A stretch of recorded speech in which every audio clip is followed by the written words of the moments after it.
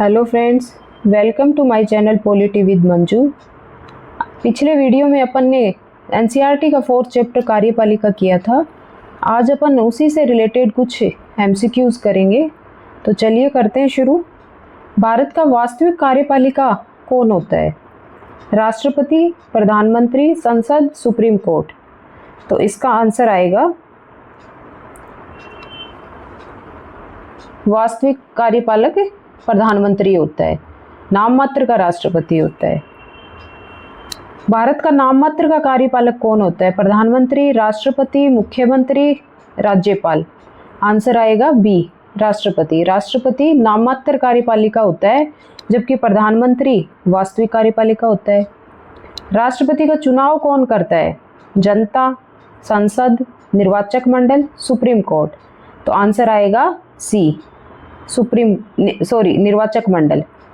जनता अपने प्रतिनिधि चुनती है, वो प्रतिनिधि ही राष्ट्रपति का चुनाव करते हैं। तो इसका आंसर सी आएगा। राष्ट्रपति का कार्यकाल कितने वर्षों का होता है? 4 साल, 5 साल, 6 साल, 7 साल। तो अपने यहाँ पे राष्ट्रपति का कार्यकाल 5 साल है। प्रधानमंत्री की नियुक्ति कौन करता है? संसद, राष्ट्रपति, सुप्रीम कोर्ट, जनता। तो इसका आंसर आएगा ए, संसद प्रधानमंत्री की नियुक्ति करती है। जो बहुमत दल होता है उसका सदस्य राष्ट्रपति को वो नाम भेजते हैं और राष्ट्रपति फिर बहुमत दल के सदस्य को प्रधानमंत्री नियुक्त करता है। मंत्रिपरिषद किसके प्रति उत्तरदायी होती है? राष्ट्रपति के, प्रधानमंत्री के, लोकसभा के, राज्यसभा के? लोकसभा के। इसका आंसर सी आएगा, लोकसभा के प्रति मंत्रिपरिषद उत्तरदायी होती है। भारत में किस प्रकार की कार्यपालिका है? राष्ट्रपतीय, संसदीय, तानाशाही, संघीय। तो इसका आंसर आएगा बी, संसदीय। भारत में संसदीय कार्यपालिका है। कैबिनेट मंत्री किसका हिस्सा होते हैं? संसद के, न्यायपालिका के, मंत्रिपरिषद के, निर्वाचक मंडल के? कैबिनेट मंत्री मंत्रिपरिषद के सदस्य होते हैं। तो इसका आंसर सी आएगा। प्रधानमंत्री किस सदन का सदस्य होना चाहिए? लोकसभा का, राज्यसभा का, कोई भी सदन का? कोई भी नहीं। तो इसका आंसर कोई भी सदन आएगा, सी आएगा, क्योंकि प्रधानमंत्री राज्यसभा से भी हो सकता है, लोकसभा से भी हो सकता है। वास्तविक कार्यपालिका का अर्थ मतलब क्या होता है? जो नाम मात्र का हो, जो वास्तविक शक्ति रखता हो, जो न्याय देता हो, जो चुनाव करवाता हो। तो इसका आंसर आएगा बी, जो वास्तविक शक्ति रखता है वो वास्तविक कार्यपालिका होता है, कार्यपालक होता है। तो इसका आंसर बी आएगा। राष्ट्रपति किसकी सलाह पर कार्य करता है? संसद की सलाह पे, सुप्रीम कोर्ट की, मंत्रिपरिषद की, जनता की? तो इसका आंसर आएगा सी,